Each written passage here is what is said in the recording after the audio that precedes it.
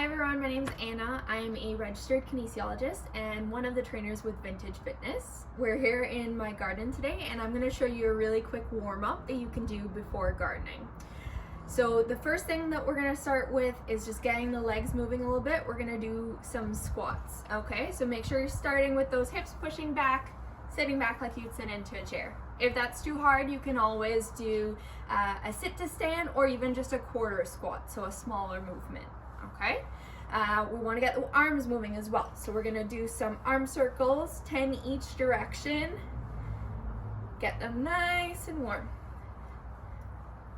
With gardening, sometimes we have a lot of twisting to do, so we want to make sure we're preparing our spine for that as well. So we're going to bring our arms in front of us and we're twisting side to side, kind of like you want to pass a ball to someone, and you can do 10 each direction.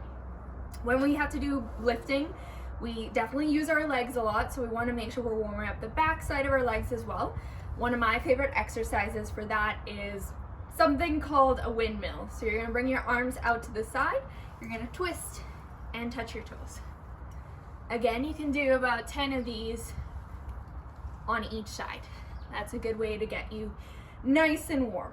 So all those together, you'll be pretty warm and ready to garden. If you want to do a few extra exercises depending on if you have specific injuries, a good one for if you have ankle injuries would be to do a little bit of ankle circles. You can do some calf raises as well. If you have anything into the hips, you can do what we call open and close the gate.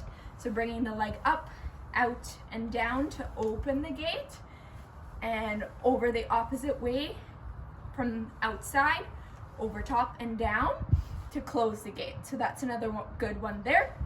If you have issues with your wrist, your hands, make sure you do some wrist circles specifically. You can do shoulder rolls as well. So that's kind of the main ones there. I hope that helps, and happy gardening.